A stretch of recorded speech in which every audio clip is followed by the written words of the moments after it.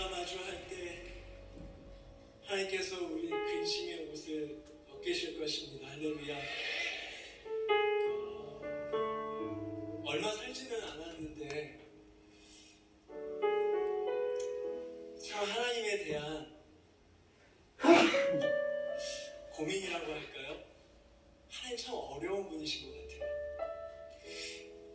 믿음으로면 모든 것을 다 견딜 수 있고 신앙으로 모든 것을 다 이겨낼 수 있다고 그 배움을 따라가지 못하는 저를 볼 때 굉장히 낙심하거든요. 근데 그런 주님께서 저 천국에서 주님을 마주하면 주님께서 뭐라고 하실까? 너무나 많이 잘 듣고 여러분도 그 대답을 원하시겠지만 네, 맞습니다. 주님께서 참 수고했다라고 말씀하실 것 같아요. 여러분 믿으세요? 그러면서 우리가 입고 있는 이 근심의 옷, 이 고뇌의 옷 주님께서 벗겨주시지 않을까요? 이 세상을 살아갈 때 사단은 우리를 계속 두려움으로 자극합니다. 실은 저에게 날마다 그러거든요. 어렸을 때부터 신앙생활하고 믿음의 가정에서 태어나서 하나님 어떤 분이라고 많은 것을 알았지만 저는 하나님을 오해했습니다. 하나님께 조금이라도 잘못하면 하나님께서 바로 저를 생명책에서 지워버리실 줄 알았어요. 그런데 그 마음이 하나님이 주시는 마음이 아니라 사단이 주는 마음이더라고요. 세상에서 사단은 우리를 계속 자극합니다. 차라리 하나님 안 계신다고 말하면 좋겠는데 이렇게 자극하는 것 같아요. 네가 어떻게 하나님 믿어? 너 안 돼. 다른 사람 봐. 너보다 믿음이 좋으니까 저렇게 잘 살잖아. 여전히 형편없는 제 삶을 보면서 사단이 정죄할 때 하나님께서 이렇게 말씀하시는 것 같아요. 그 두려움의 자극에서 머물지 말고 사랑인 나에게로 나와. 여러분 믿으세요? 그래서 오늘도 우리는 주님을 예배할 수 있습니다. 두렵지만 떨리지만 하나님 떨리는 마음으로 우리가 하나님 앞에 나아갈 수 있지만 결국은 하나님께서 우리를 사랑으로 나아가라고 하십니다. 그 마음을 들으시는 주님, 우리의 간곡함을 들으시는 주님, 여러분 믿으십니까? 그런 주님의 마음을 다해서 한 번 더 같이 노래하겠습니다.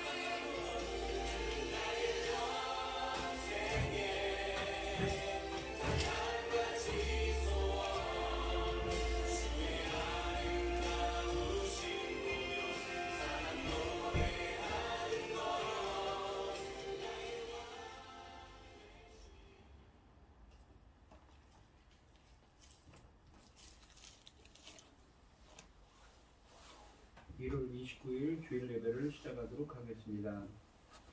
찬송가 10장을 하겠습니다. 전능왕 오셔서 주 이름 찬송케 하옵소서. 영광과 권능의 성부여 오셔서 우리를 다스려 주옵소서. 감성한 성자여 오셔서 기도를 들으소서. 택하신 백성들 복 내려 주시고 거룩한 마음을 주옵소서. 위로의 주 성령 오셔서 큰 증거 주옵소서. 전능한 주시여 각 사람 맘에서 떠나지 마시고 계십소서. 성삼위일체께 한없는 찬송을 드립니다. 존귀한 주님을 영광 중 배웠고 영원히 모시게 하옵소서. 아멘.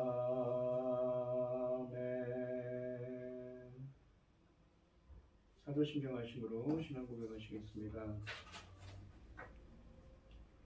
전능하사 천지를 만드신 하나님 아버지를 내가 믿사오며 그 외아들 우리 주 예수 그리스도를 믿사오니 이는 성령으로 잉태하사 동정녀 마리아에게 나시고 본디오 빌라도에게 고난을 받으사 십자가에 못 박혀 죽으시고 장사한 뒤 사흘 만에 죽은 자 가운데에서 다시 살아나시며 하늘에 오르사 전능하신 하나님 우편에 앉아 계시다가 저로서 산자와 죽은 자를 심판하러 오시리라.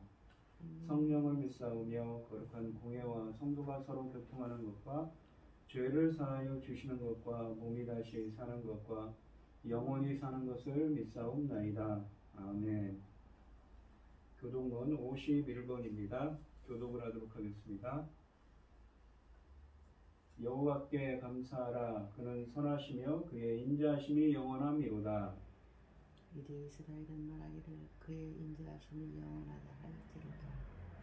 이제 아론의 집은 말하기를 그의 인자하심이 영원하다 할지로다.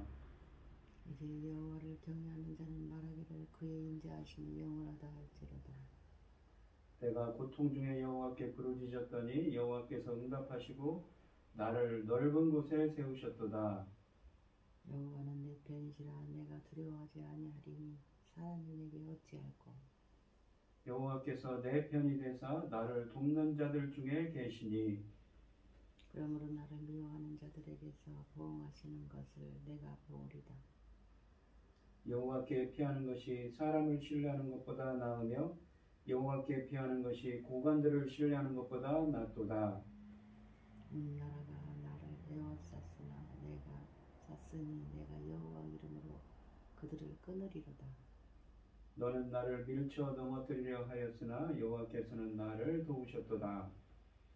여호와는 나의 능력과 찬송이시요 또 나의 구원이 되셨도다. 아멘.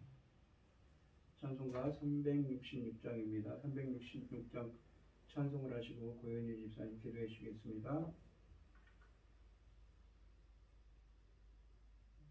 어두운 내 눈 밝히사 진리를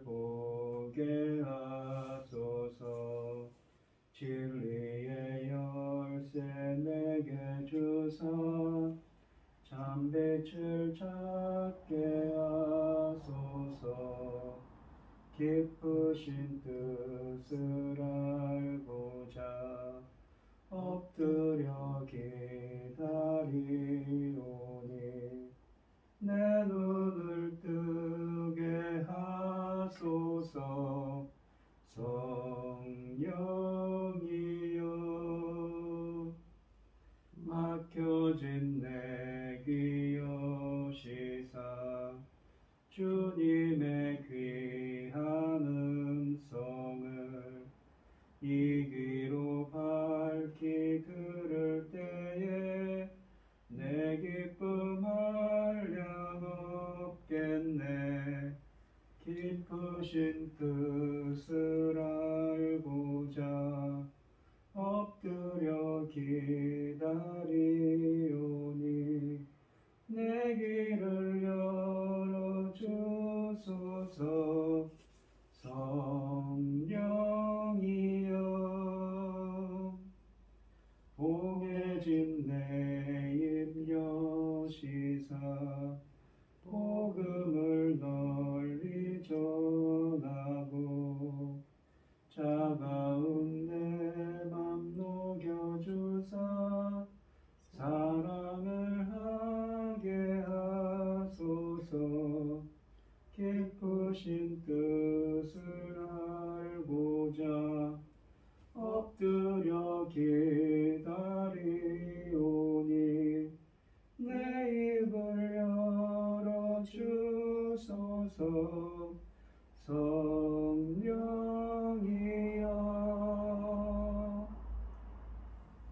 기도하겠습니다. 내 영혼아 여호와를 송축하라. 내 속에 있는 것들아 다 그의 거룩한 이름을 송축하라. 아멘. 여호와는 긍휼이 많으시고 은혜로우시며 노하기를 더디하시고 인자하심이 풍부하시도다. 자주 경책하지 아니하시며 노를 영원히 품지 아니하시리로다. 우리 의지를 따라 우리를 처벌하지 아니하시며 그의 죄악을 따라 우리에게 그대로 갚지 아니하셨으니 이는 하늘이 땅에서 높은 같이 그의 경외하는 자에게는 그 인자하심이 크심이로다. 아멘. 아버지가 자식을 긍휼히 여긴 같이 여호와께서는 자기를 경외하는 자를 긍휼히 여기시나니 이는 그가 우리에게 체질을 아시며 우리가 단지 먼지일 뿐임을 아심이로다. 기억하심이로다.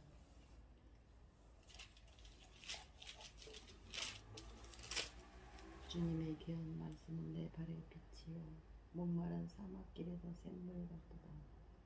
굶주린 나의 영혼을 만나러 먹이시고 내가 길 밝게 비추니 그 말씀 귀하다. 하늘의 깊은 지혜를 깨닫게 하시고 주 말씀 발견하도록 늘 도와주소서. 천지만물을 지으신 전능하신 하나님 아버지, 어리석고 보잘것없는 저희를 자녀 삼으시고 아버지 사랑 가운데 살게 하시니 감사합니다. 혼란스러운 이 세대 안에서도 아버지 이 시간 하나님께 예배드릴 수 있도록 인도하셨으니 감사합니다. 전능하신 하나님 아버지, 너무나도 귀한 일들이 아버지 우리 앞에 있습니다.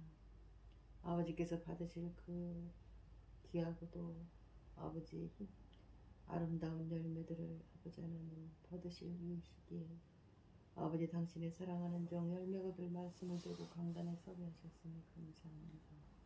전능하신 하나님 아버지, 그 어디에서도 찾을 수 없는 그 열매 거둘 말씀들로 아버지께서 원하시고 기뻐하신 자들이 그리스도 신부로 나올 수 있도록 도와주시옵소서. 빛을 보고 오게 하여 주시옵소서. 이제는 아버지 하나님 그 어려웠던 코로나도 거의 아버지 하나님 마무리가 되어가고 있지 않습니까? 그러니 아버지 하나님 어서 길을 열어주시고 아버지의 그 기뻐하시는 빛으로 나오는 자들이 어서 빨리 돌아올 수 있도록 도와주시옵소서. 아멘. 사랑하는 내 아버지 거룩하신 하나님, 어리석고 보잘것없는 저희들을 저희 나라를 또 제사장 나라까지 삼아주셨는데 아버지 하나님 이 나라 정치가 어디로 가는지 아버지 날마다 마음이 아파서 기도하고 있습니다. 아버지 하나님 기도를 이루어 주시옵소서. 전능하신 하나님이 천지를 지으신 하나님이 우리 아버지일 텐데 이 나라를 아버지 하나님 제사장 나라까지 삼으셨는데 아버지 하나님 그들이 도대체 어떤 자들이 지금 이 나라를 아버지 하나님 통치하고 있습니까?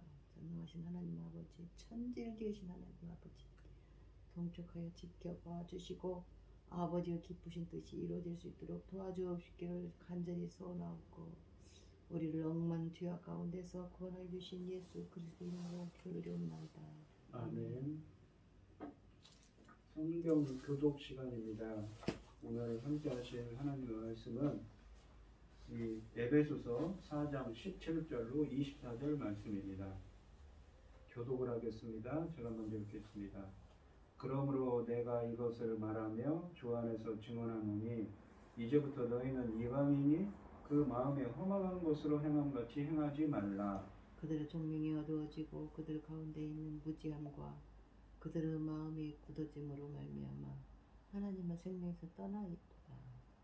그들이 감각 없는 자가 되어 자신을 방탕에 방임하여 모든 더러운 것을 욕심으로 행하되 오직 너희는 그리스도를 그같이 배우지 아니하였느니라.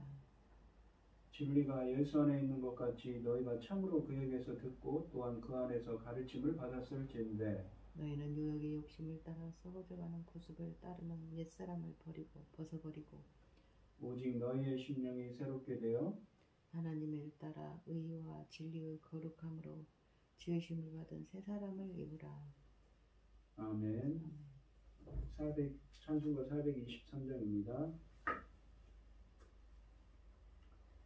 먹보다도 더 검은 죄로 물든 마음이 있는 보다 더이게 깨끗하게 씻겼네. 주의 보혈 흐르는데 믿고 뛰어나가 주의 은혜 내가 입어 깨끗하게 되었네. 모든 의심 걱정과 두려움이 사라져 슬픈 탄식 변하여 기쁜 찬송 되었네. 주의 보혈 흐르는데 믿고 뛰어나가 주의 은혜 내가 입어 깨끗하게 되었네. 세상 부귀 영화와 즐겨하던 모든 것 주를 믿는 내게는 분토만도 못하다. 주의 보혈 흐르는데 믿고 뛰어나가 주의 은혜 내가 입어 깨끗하게 되었네. 나의 모든 보배는 저 천국에 쌓였네. 나의 평생 자랑은 주의 십자가로다. 주의 보혈 흐르는데 믿고 뛰어나가 주의 은혜 내가 입어 깨끗하게 되었네. 아멘. 오늘 본문 말씀의 제목은 새 사람을 입으라입니다. 이 앞달락 지난 시간에 했었던 4장 1절로 16절 말씀에서 사도 바울은 하나님의 부르심에 합당하게 사는 삶의 가장 중요한 요소로 성령의 하나됨, 그 연합을 힘써 지키는 것이 중요하다고 했고 또한 그리스도의 몸을 세우는 것에 초점을 맞추어 권면했습니다. 오늘 본문인 이 4장 17절로 24절 말씀에서는 성도의 거룩한 삶에 관해 언급하기 시작합니다. 하나님의 부르심을 받은 성도들은 하나님의 거룩한 몸에 속한 지체들이므로 옛 생활을 청산하고 변화받아서 새 사람에게 어울리는 방식대로 살아가라고 합니다. 이 4장 17절 말씀을 보시면 그러므로 내가 이것을 말하며 주 안에서 증언하노니 이제부터 너희는 이방인이 그 마음에 허망한 것으로 행함같이 행하지 말라라고 되어 있습니다. 이 11절부터 16절까지 말씀에서 성도들은 영적으로 성장해야 하며 그리스도의 몸인 교회의 유익을 위해 자기의 은사를 사용해야 한다고 했습니다. 그러므로 그들에게는 특권뿐만 아니라 책임도 있습니다. 신자들은 죄악된 세상에서 살아가고 있기 때문에 그들에게 주어진 중대한 책임을 바울이 아무리 강조해도 지나친 게 아니었습니다. 17절에서 사도 바울은 매우 강력한 권면으로 새로운 단락을 시작합니다. 말하다라는 동사와 증언하다라는 동사를 함께 사용해서 권면의 중요성과 긴박성을 강화하고 있습니다. 문자적으로 보면 이 구절은 내가 주 안에서 말하며 증거한다 라고 되어 있지만 그 의미는 내가 주 안에서 엄숙히 선언한다 입니다.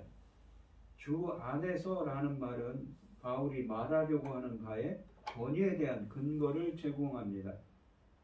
주 안에서 en kyrios라는 표현은 이 만물의 주님이 되신 예수 그리스도와 연합하여 그의 주권적 권위에 힘입어를 의미하고 있습니다. 그러니까 en 크리스도, en kyrios라는 말은 주 안에서라는 말인데 이 말은 만물의 근원 되신 만물의 주인이신 주님과 연합한다는 의미지요. 지금 사도는 자신의 권위가 아니라 주님께서 부여하신 권위를 가지고 이 긴박하면서도 엄숙하게 선언하는 것입니다. 그리고 주님과 함께 연합해서 선언한다고 말하고 있는 것이지요. 그가 선언한 내용은 여러분은 이방인들이 그의 마음에 허망함, 그 마음에 무익함 가운데 사는 것처럼 그렇게 살지 마십시오 라는 말입니다.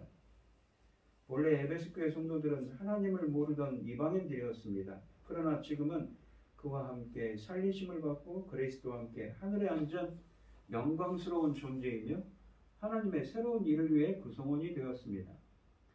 그런데 그들이 믿지 않는 이방인들처럼 산다면 그것은 그리스도 안에서 누리는 새로운 신분과 특권을 포기하는 것과 다름이 없습니다. 이 본문에서 이제부터라는 표현이 있는데 이 표현은 에베소 교회의 이방인 성도들이 하나님의 백성이 된 후에도 이방인의 그릇된 사고방식과 생활방식을 완전히 청산하지 못했음을 우리에게 암시해 줍니다. 지금까지는 믿지 않는 이방인들처럼 살았을지라도 이제부터는 그렇게 살아서는 안 된다는 것입니다. 본 단락에서 이 사도는 믿지 않는 이방인들의 모습을 매우 부정적인 필치로 그립니다. 이방인들의 이 중요한 세 가지 특징은 영적 무지함, 영적으로 죽어있는 상태이고 또한 도덕적인 타락과 방탕입니다. 인간의 마음은 본래 하나님의 계시를 인식하고 이해할 수 있도록 창조되었으나 타락하여 더는 그렇게 할 수 없게 되었습니다. 이런 점에서 사도는 이방인들의 마음이 허망하게 되었다고 말하는 것입니다. 또한 18절에서는 이방인들은 총명이 어두워져 있어서 하나님을 알지 못하며 하나님의 뜻을 이해하지도 못한다고 되어 있습니다. 하나님을 알지 못하는 탓에 그들은 하나님 대신 자기를 영화롭게 하고 자기를 절대적인 존재처럼 생각합니다. 심지어 그들은 스스로 지혜가 있다고 주장하면서도 조물주보다 피조물을 더 경배하고 섬깁니다. 우상숭배를 하는 것이죠. 그들의 삶이 무익한 대상, 그러니까 우상과 거짓된 교훈, 그리고 비도덕적인 행동에 허비되고 있었기에 그들의 마음은 허망했습니다. 이 허망한 마음의 결과는 다음 구절에 묘사되어 있습니다. 이 18절을 보시면 그들의 총명이 어두워지고 그들 가운데 있는 무지함과 그들의 마음이 굳어짐으로 말미암아 하나님의 생명에서 떠나 있도다. 결과적으로 어떻게 됩니까? 그들이 영적인 무지함으로 인해서 어떻습니까? 하나님의 생명, 영원한 하나님의 생명으로서 잃어버린 존재가 됐다는 것이죠. 이 17절의 이 허망한 마음의 결과는 18절에 묘사되어 있습니다. 사도는 18절에서 결과적으로는 이방인들이 하나님의 생명에서 분리되어 있다고 말합니다. 하나님은 생명의 근원이시므로 하나님께서에게서 분리된 사람은 영적으로 죽은 존재입니다. 이방인들이 이 하나님의 생명에서 분리되어 있는 것은 그들 안에 있는 무지함 때문입니다. 이방인들은 17절에 마음이 허망하고 18절에 총명이, 그러니까 지각이 어두워진 탓에 철저한 영적 무지 상태에 있는 것입니다. 그러니까 영적으로 무지하고 또한 영적으로 죽어있다는 것입니다. 영적으로 죽어있다는 건 육신적으로 죽은 것이 아니라 하나님과 분리된 하나님과 완전히 관계가 분리된 상태죠. 이 창세기 3장에 보면 우리 인간이, 첫사람 아담이 선악을 알게 하는 나무의 열매를 먹고 에덴 동산에서 쫓겨났습니다. 그런 상태인 것이죠. 총명이란 말은 헬라어로 디아노니아입니다. 지성뿐 아니라 감정까지 포함되는 것으로 사물을 총체적으로 판단하는 이해력을 의미합니다. 근데 그 총명도 어두워졌다고 합니다. 그들은 하나님을 알지 못할 뿐 아니라 하나님의 지혜인 그리스도의 십자가를 미련한 것으로 간주했다고 이 고린도전서 1장 23절에 말씀하셨습니다. 또한 그들이 하나님의 생명에서 분리되어 있는 것은 그들의 마음이 굳어져 있기 때문입니다. 여기서 마음이라고 번역한 헬라어 단어는 카르디아입니다. 이것은 사람의 인격, 생각, 의지, 감정의 중심을 가리킵니다. 또한 이 한글 성경에서 굳어짐이라고 번역한 헬라어 명사인 포로시스는 이 때로 완고함이나 완강함을 의미합니다. 마음이 완강해졌다는 것이지요. 따라서 마음이 굳어졌다, 마음이 완고함이라는 표현은 도덕과 양심이 무감각해진 상태로서 하나님의 심판에 대한 두려움이 없이 희석화석화되어 하나님의 진리를 완강하게 거부하는 이방인들의 마음 상태를 의미합니다. 이방인들은 영적으로 무지한 데다가 하나님과 그분의 진리를 완강하게 거부하기까지 하므로 도무지 하나님과 생명의 관계를 가질 수가 없습니다. 따라서 그들은 하나님의 생명에서 떠나 허물과 죄 가운데 영적으로 죽어있는 존재였던 것입니다. 영적으로 죽은 자들은 어떻게 됩니까? 요한계시록 20장 21장에 보시면 그러한 자들은 영원히 꺼지지 않은 불못에 들어가는 심판을 받는다고 그랬죠. 19절을 말씀해 보시면 그들이 감각 없는 자가 되어 자신을 방탕에 방임하여 모든 더러운 것을 욕심으로 행하되 라고 되어 있습니다. 19절에서 사도는 이방인들이 무감각하게 되어 자신을 방탕에 내맡기고 온갖 더러운 것들을 탐욕스럽게 행한다고 말합니다. 무감각하게 되었다라는 말은 신약성경에서 이곳에만 등장하는 표현인데 수치를 느끼는 모든 감각을 상실했음을 의미합니다. 이것은 그들의 도덕적인 무감각을 반영하는 표현입니다. 양심의 감각을 잃어버리고 마음이 굳어져 자신의 잘못을 깨닫지 못하고 부끄러움을 모르는 상태입니다. 18절에 이 총명이 지각이 어두워지고 마음이 굳어진 결과 이방인들은 자신들을 방탕에 내맡기면서도 아무런 수치를 느끼지 못합니다. 그들은 사회적 관습과 도덕까지 무시하고 무절제하게 쾌락을 추구합니다. 최소한의 도덕심과 이 분별력도 없이 온갖 더러운 일들을 탐욕스럽게 행하는 것입니다. 대다수의 이방인들은 사도 바울이 말하는 대로 수치심도 없이 육체의 욕심을 따라 더러운 일들을 행하기 일쑤였습니다. 기독교인이 된다는 것은 관념적이고 추상적이고 사변적인 것이 아닙니다. 말만 하는 것이 아니죠. 직접 가능한 삶의 변화입니다. 음란한 여신인 아데마를 주신으로 섬기는 에베소 시민들에 속했을 때 좋았던 상식과 가치관과 목표와 기준이 하나님 나라의 상속자가 된 이후로는 허망해지고 무의미해지고 쓸모없어지는 것입니다. 그리스도의 십자가를 멀찍이서 바라만 보며 방탕한 옛 습관을 끊어버리지 못한 죄책감만 반복해서 해소하는 게 아니라 그리스도와 함께 십자가에 못 박혀 오직 내 삶에 그리스도가 살게 하는 것입니다. 세상을 넘나들며 타협하는 불신앙의 잔재를 어서 우리는 청산해야겠습니다. 20절 말씀을 보시면 오직 너희는 그리스도를 그같이 배우지 아니하였느니라 라고 되어 있습니다. 이방인들의 모습을 적나라하게 묘사한 뒤에 20절에서 사도 바울은 에베소 교회 성도들에게 매우 당황한 어조로 그러나 여러분은 그리스도를 그렇게 배우지 않았습니다 라고 말합니다. 이 구절에 너희는 이라는 말은 앞절에서 저희로 언급된 불신 이방인들과 현격하게 대조를 이루는 말입니다. 20절 말씀은 그들이 믿지 않는 이방인들과 전혀 다른 존재들이 되었음을 상기시키는 말인데 동시에 이방인들처럼 살아서는 안 된다고 강하게 경고하는 말이기도 합니다. 에베소 교회 성도들은 그리스도를 믿고 있으며 또 그리스도에 관해 잘 알고 있습니다. 따라서 그들은 그리스도를 모르는 이방인들처럼 살아서는 안 됩니다. 그리스도를 배우는 것은 단지 그의 설교, 죽음과 부활에 관해 배우는 것이 아니라 그의 인격과 삶에 관해 배우는 것이며 또한 그의 제자가 되는 것을 의미하기 때문입니다. 그러므로 그리스도를 배운 사람들은 그리스도의 삶에 반영된 가치와 삶의 방식을 따라야 하는 것이지요. 이것은 믿지 않는 이방인들과 전혀 다른 기준들과 가치들을 받아들이고 그것들을 일상생활에서 실천하는 것입니다. 21절 말씀을 보시면 진리가 예수 안에 있는 것 같이 너희가 참으로 그에게서 듣고 이 또한 그 안에서 가르침을 받았느니라. 그러니까 진리로, 참으로라는 말은 진리로죠. 진리가 예수에 있는 것 같이 너희가 진리로 그에게서 듣고 또한 그 안에서 가르침을 받았다고 합니다. 받았을진데 라고 되어 있습니다. 이 21절에서 사도는 다시 에베소 교회 성도들이 예수 그리스도를 듣고 그 안에서 가르침을 받은 사실을 상기시킵니다. 그런 진리가 예수 안에 있는 것 같이 여러분은 참으로 그를 듣고 또한 그 안에서 가르침을 받았습니다 라고 말합니다.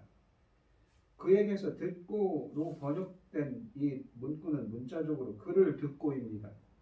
이 말은 개인이 구원의 부름을 받고 응답한 것을 가리킵니다. 오로지 이 일이 일어난 것은 예수 안에 있는 진리대로 복음을 전한 사람들에 의해 그들이 그 안에서 가르침을 받았기 때문입니다.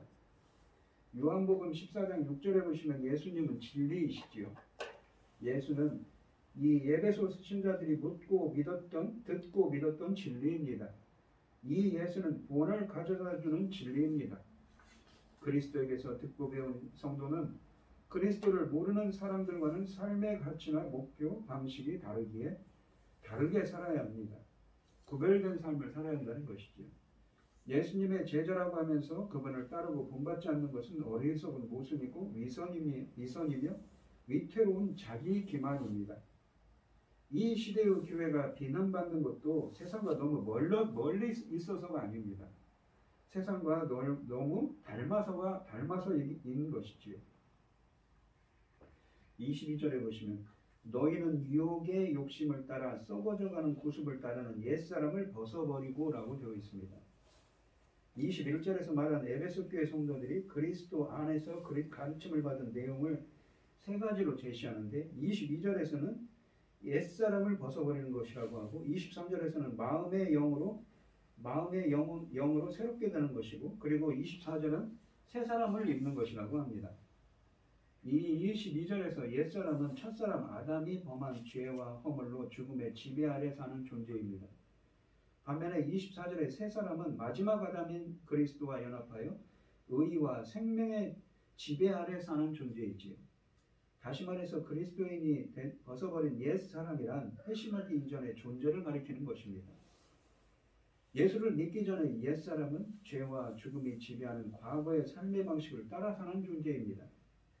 한글 성경에서 22절을 너희는 유혹의 욕심을 따라 썩어져가는 구습을 따르는 옛사람을 벗어버리고로 번역되어 있는데 이 번역은 마치 구습 자체가 유혹의 욕심을 따라 썩어져가는 것처럼 오해하게 합니다. 그러나 썩어져가는 것은 무엇입니까? 바로 구습이 아니라 옛사람인 것이지요. 구습이라고 번역한 헬라어 표현은 과거의 삶의 방식을 가리킵니다. 유혹이라고 번역한 헬라어 단어는 거짓 혹은 속임수를 의미합니다. 옛사람은 과거의 삶의 방식을 따라 사는 존재이며 거짓된 욕심을 따라 도덕적으로 또 영적으로 부패해가는 존재인 것입니다. 이 사도 베드로도 베드로서 1장 4절에서 이 세상에서 부패하는 것과 욕심을 연결하여서 말하였고 사도 바울도 역시 현재의 본문에서 옛사람이 부패하는 원인이 거짓에서 비롯된 이 탐욕, 욕심에 있음을 열거합니다. 옛사람, 즉 그리스도 밖에 있는 사람의 중요한 특징은 에베소서 2장 3절 말씀처럼 육체의 욕심대로 사는 것입니다. 그들이 욕심을 부리는 까닭은 자신들이 원하는 것을 얻기만 하면 만족과 행복을 누릴 수 있을 것이라고 생각하기 때문입니다. 그러나 이것은 거짓이며 기만이지요. 아무리 욕심을 부리고 자기가 원하는 것을 손에 넣을지라도 참된 만족과 행복을 누릴 수는 없습니다. 중생하지 못한 사람은 거짓 환상에서 비롯된 욕심을 따라 자기 만족을 구하면서 살다가 점차 도덕적으로 부패해가고 마침내 죽음으로 삶을 마감하게 되는 것입니다. 그러나 에베소 교회 성도들은 하나님의 부르심을 받고 회심할 때 이미 옛사람을 벗어버렸습니다. 옛사람을 벗어버린다는 것은 옛사람이 그리스도의 죽음과 합하여 그리스도와 함께 죽는 것을 의미합니다. 로마서 6장 6절이지요. 죽으심의 연합, 부활하심의 연합입니다. 즉 그리스도와의 죽으심의 연합을 통하여 옛사람은 십자가를 통해 함께 죽는 것입니다. 반면에 새로운 사람은 부활하심의 연합을 통해 새로운 생명으로 다시 태어나는 것이지요. 앞에서 지적한 대로 옛사람이란 회심하기 이전의 그 이전 존재, 죄와 허물 가운데 있는 영적으로 죽은 존재이죠. 20절, 21절에서 표현했던 존재들입니다. 이전에 나는 그리스도와 함께 십자가에 못 박혔으며 이전 것은 지나갔습니다. 그러므로 그리스도 안에 있는 나는 더는 과거의 나가 아닌 것이지요. 이와 마찬가지로 그리스도 안에 있는 예수 그리스도의 성도들, 에베소 교회의 성도들은 더는 옛사람이 아니라 아닙니다. 만일 그들이 과거의 삶의 방식을 따라 산다면 그것은 회심하기 이전의 존재로 돌아가는 것과 다름없는 것입니다. 그리스도께서는 각 사람에게 새 사람을 주려고 오셨다고 했지만 우리가 옛사람을 벗어버리기 위해서는 그리스도의 도우심을 갈망해야 합니다. 그러니까 로마서 6장 4절로 6절 말씀을 보시면 아시겠지만 성령 세례의 은혜가 임해야만 성령께서 역사해 주셔야만 가능한 것입니다. 사람이 낡고 더러운 옷을 벗어버리고 새로운 새 옷으로 갈아입듯이 성도는 낡고 불결한 것을 벗어버리고 그리스도께서 공급하시는 끗끗하고 순수한 사람으로 갈아입을 수 있습니다. 이 벗어버리다는 말은 우리가 그리스도의 구원의 선물을 받아들이기로 결심할 때 이루어지는 단번의 결정입니다. 이 문법적으로 단번의 결정이 한 번에 이루어진 것이라는 것이죠. 이 옛사람을 벗어버리니 회심 때에 일어나지만 우리는 옛사람의 잔재들을 매일매일 몰아내야만 합니다. 이 23절로 24절 보시면 매일매일 새롭게 되어야 한다는 것이죠. 계속해서 오직 너희의 심령이 새롭게 되어 하나님을 따라 의와 진리의 거룩함으로 지으심을 받은 새 사람을 입으라 라고 되어 있습니다. 이 23절에서 바울은 에베소 교회 성도들의 심령이 새롭게 되어야 한다고 말합니다. 본문에서 사도가 말하고자 하는 것은 이 성도들의 심령, 즉 속사람이 새롭게 되고 있다는 것입니다. 한글 성경에서 이 본문에서 심령을 사람의 영혼을 가리키는 것으로 보고 오직 너희의 심령이 새롭게 되어라고 번역합니다. 그러나 본문을 이런 식으로 이해하면 구원받은 성도의 심령이 어떻게 또는 누구를 통해 새로워지는가는 분명하지 않지요. 심령이 새롭게 된다. 이 새롭게 된다는 이 헬라어 표현을 성경에서 찾아보면 디도서 3장 5절을 보시면 이런 표현이 있습니다. 우리를 구원하시되 우리가 행한 바 의로운 행위로 말미암지 않고 오직 그의 긍휼하심을 따라 중생의 씻음과 성령의 새롭게 하심으로 하셨나니. 이게 새롭게 되는 것도 성령께서 하는 것이죠. 주님께서 해주시는 것입니다. 고린도서 3장 18절에 보면 우리가 다 수건을 벗은 얼굴로 얼굴을 보는 것 같이 주의 영광을 보매 그와 같은 형상으로 변화하여 영광에서 영광에 이르니 곧 주의 영으로 말미암으리라. 그러니까 주님과 같은 형상으로 새롭게 돼서 이 형상으로 변화되는 것도 무엇인가? 주님의 영, 성령께서 하시는 일이라는 것이죠. 이 디도서 3장 5절에 보시면 성령은 사람을 새롭게 하시는 분이며 고린도후서 3장 18절에서는 믿는 사람을 점차적으로 그리스도의 형상으로 변화시켜 영광에서 영광에 이르게 하시는 분이십니다. 성도는 성령에 의하여 새롭게 되는 것입니다. 본문은 문법적으로 새로워지는 것은 성도의 전 삶의 여정에서 반복적이며 지속적으로 계속적으로 일어난다는 것이라고 문법적으로 표현하고 있습니다. 날마다 새롭게 되어 간다는 것이죠. 성령께서는 옛사람을 벗고 새사람을 입은 성도들을 지속적으로 새롭게 하여 그 본성과 삶에서 온전한 새사람이 되게 하신다고 합니다. 24절에 보시면 사도 바울은 에베소 교회 성도들에게 새 사람을 입으라고 하십니다. 이 이 서신에서 이 새 사람이라는 표현은 두 번 나타나는데 2장 15절에서처럼 여기에서도 그리스도 안에서 재창조된 사람들의 하나님의 새로운 백성들을 의미합니다. 이 사도는 새 사람을 이 하나님을 따라 참된 의와 거룩함으로 지으심을 받은 이란 말이 크티조의 그 무엇입니까? 수동태라고 해서 창조된 피조물이라는 것이 창조된 존재라고 말하는 것입니다. 하나님을 따라라는 표현이 있는데 24절에 보시면 이 표현은 창조하다, 크티조라는 이 표현과 이 하나님을 따라라는 표현은 창세기 1장 27절에서 하나님께서 자기 형상대로 옛사람 아담을 이 창조하신 사건을 우리는 떠올리게 합니다. 본문에서 형상이라는 단어가 생략되었지만 이 골로새서 3장 9절로 10절에는 새 사람과 관련하여 자기를 창조하신 자, 곧 하나님의 형상이라는 표현이 등장합니다. 골로새서 3장 9절로 10절에 보시면 너희가 서로 거짓말을 하지 말라. 옛사람과 그 행위를 벗어버리고, 오늘 본문과 상당히 비슷한 말을 하죠. 새 사람을 입었으니 이는 자기를 창조하신 이의 형상을 따라 지식에까지 새롭게 하심을 입은 자입니다. 그러니까 이 형상을 본받아서 어떻게 됩니까? 새롭게 된 사람이라는 것입니다. 이야기를 합니다.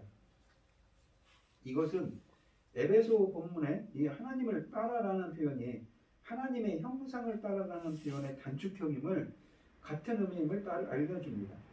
하나님께서는 과거에 자기 형상대로 옛사람 아담을 창조하신 것처럼 그리스도 안에서 자기 형상을 따라 새 사람을 창조하신 것입니다.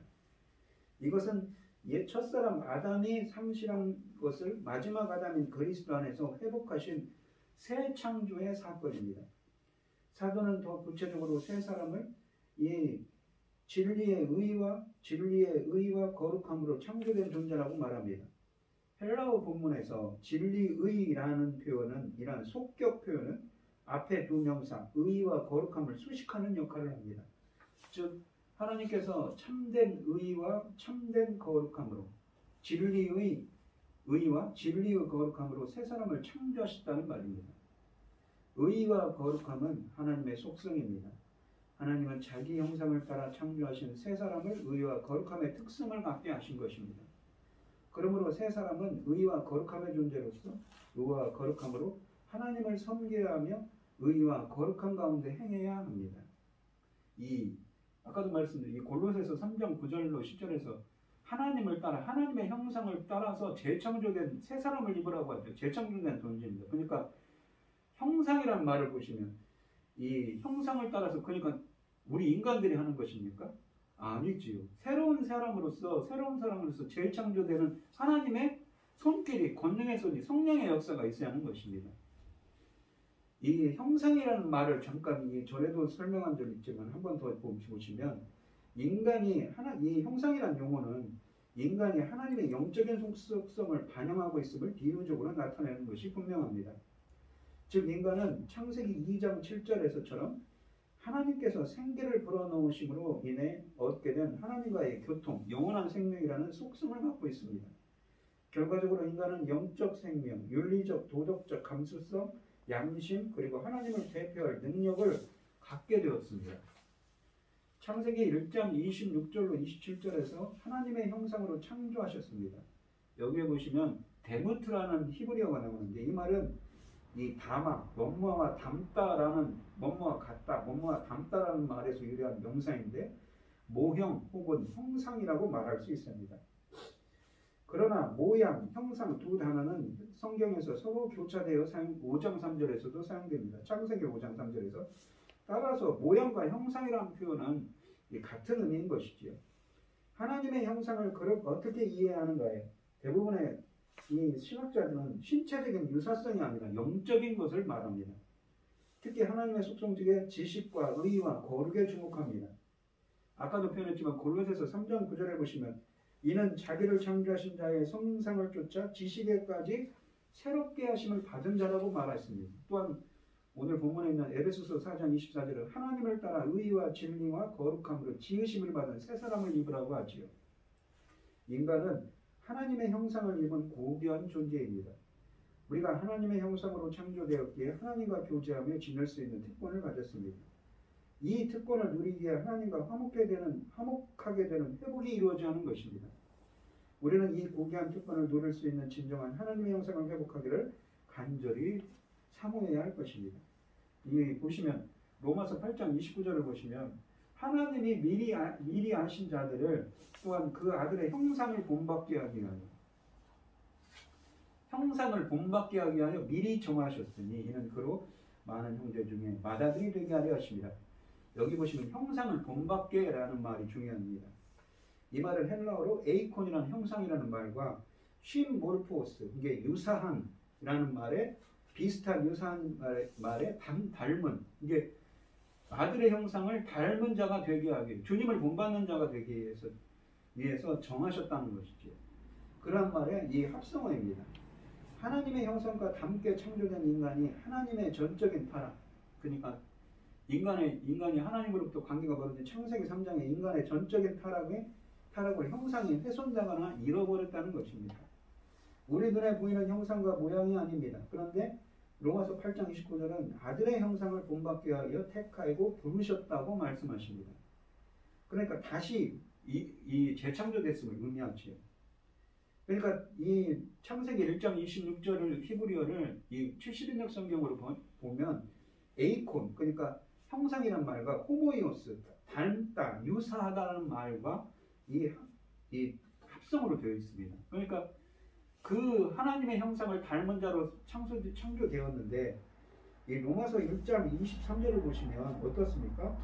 우리 인간이 하나님의 형상을 갖다가 이 우상의 형상으로, 우상의 형상으로 바꿨다는 표현이 나옵니다. 이 헬라어로 보시면 이 에이콘, 그러니까 호모이오스, 이게 창세기 1장 26절에 그 70인역 성경에 쓰였던 표현이 로마서 1장 23절에 또 나옵니다. 그러니까 우리 인간이 하나님의 형상을 담는 자로 창조되는데 어떻습니까? 그 형상을 다른 우상의 형상으로 바꿔버렸다고 하죠. 표현을 쓰지. 그렇게 우리 인간의 그 전적 타락으로 그렇게 되었는데 어떻습니까? 로마서 8장 29절에서는 아들의 형상을 본받는 자, 주님을 닮는 자로 재창조되라는 것입니다. 또한 오늘 본문 말씀에서 나오지만 4장 24절에서도 그러죠. 하나님을 따라서 새 사람을 입으라고 합니다. 바로 주님의 형상을 따라서 골로새서 3장 9절로 10절에 있는 말씀처럼 하나님의 형상을 따라서 재창조되어야 한다는 것이지요. 그러한 것을 입으라고 하는 것입니다. 이 오늘 본문에서 사도 바울이 말하고자 하는 요점은 이렇습니다. 에베소 교회 성도들이 옛사람의 삶의 습관을 버리고 성령의 역사로 날마다 새로워져서 하나님의 형상을 따라 참된 의와 거룩함으로 재창조된 새 사람을 입은 존재들이 되라는 것입니다. 근데 이 새 사람을 입는 것은 그리스도로 옷 입는 것이며 고린도후서 5장 17절 말씀처럼 그리스도 안에서 새로운 피조물이 되는 겁니다. 그러니까 예수 그리스도 안에서 재창조되는 것이죠. 이제 그들은 자기 백성을 위해 의로움과 거룩함이 되신 그리스도 예수와 연합하여 거룩함과 의롭다 하심을 얻은 사람이 되어야 합니다. 그러므로 그들은 자신들이 하나님을 따라 참된 의와 거룩함으로 창조된 새 사람이 되기 위해 주님의 도우심을 구하고 새 사람답게 살아야 합니다. 그러니까 재창조되는 것은 어떻습니까? 새 사람의 옷을 입고 하나님의 형상을 본받는 자, 담는 자로 재창조되는 것은 성령께서 하는 것이죠. 그래서 하나님의 도우심을 구해야 됩니다. 첫째는. 그리고 그 하나님의 백성으로서 그의 새 사람다운 삶을 살으라고 오늘 본문에서 사도 바울이 권면하는 것이지요. 오늘 이 시간 우리 성도님들도 낡은 옷을 벗고 새 옷을 입듯이 옛 삶의 방식을 버리고 새 사람에게 합당한 방식대로 살아갈 수 있도록 인도해달라고 기도해 주시고, 또한 새 창조의 은혜에 걸맞은 삶을 살도록 인도해달라고 기도하는 여러분들이 되시기를 바랍니다. 오늘 본문 말씀을 보시면 그렇습니다. 새로운 창조, 그러니까 이 새 사람을 입는다는 것은 주님의 형상을 본받는 자를 재창조되는 것입니다. 성령께서, 주님께서 해 주시는 것이죠. 그리고 그에 걸맞은 삶을 살으라고 에베소 교회 성도들에게 옛사람의 그 습관들을 버려버리라고 사도 바울이 권면하는 것입니다. 우리들도 하나님의 백성으로서 어떻습니까? 하나님의 형상을 닮은 자로 먼저는 우리는 되게 해달라고 정말 성령께서 역사해달라고, 주님께서 역사해달라고 간절히 기도하는 여러분들이 되시고, 또한 새 사람으로서 하나님의 백성으로서 그에 걸맞은 삶을 살아가는 여러분들이 되시기를 축원드리겠습니다. 기도하겠습니다. 하나님 아버지 감사합니다. 오늘 주신 말씀처럼 저희들이 하나님의 백성으로서 하나님의 형상을 따라 재창조되는 은혜가 함께하여 주시옵시고, 그에 걸맞은 삶을 살아가는, 구별된 삶을 살아가는 하나님 나라의 백성이 될 수 있도록 역사하여 주시옵소서. 이 모든 말씀 거룩하신 예수님 이름으로 기도합니다. 아멘. 찬송가 421장입니다. 내가 예수 믿고서 죄사함 받아 나의 모든 것 다 변했네. 지금 내가 가는 길 전국 길이요 주의 피로 너 내 죄가 씻겼네. 나의 모든 것 변하고 그 피로 구속받았네. 하나님은 나의 구원 되시오니 내게 정죄함 없겠네. 주님 밝은 빛 되사 어둠에 치니 나의 모든 것 다 변했네. 지금 내가 주 앞에 온전케 됨은 주의 공로 의지함일세. 나의 모든 것 변하고 그 피로 구속받았네. 하나님은 나의 구원 되시오니 내게 정죄함 없겠네.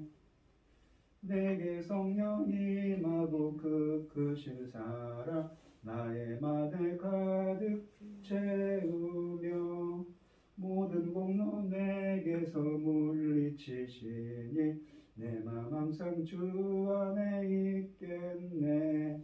나의 모든 것 변하고 그 피로 구속받았네. 하나님은 나의 구원 되시오니 내게 정죄함 없겠네. 아멘. 기도하겠습니다. 참 감사하신 하나님은 오늘도 거룩한 주일날 이렇게 예배드리게 하여 주시니 감사를 드립니다. 오늘 이 시간 주님의 은혜에 감사드리며 귀한 예물을 드리는 손길들이 있습니다. 그 손길들마다 기억해 주시고 그 간과 기도에 귀 기울여 주시고 응답하여 주셔서 하나님의 기뻐하시는 뜻을 행할 수 있는 저희들이 되게 하여 주시옵소서. 이 모든 말씀 거룩하신 예수님 이름으로 기도합니다. 아멘. 찬송가 5장을 하시고 축도하심으로 오늘 예배를 마치겠습니다. 이 천지가 만물들아 복 주시는 주 여호와 전능성부 성자 성령 찬송하고 찬송하세. 아멘. 이제는 주 예수 그리스도의 은혜와 하나님의 극진하신 사랑과 성령의 교통하심이 새 사람을 입기를 소원하는 성도들 머리머리 위에 이제로부터 영원히 함께 있을지어다. 아멘.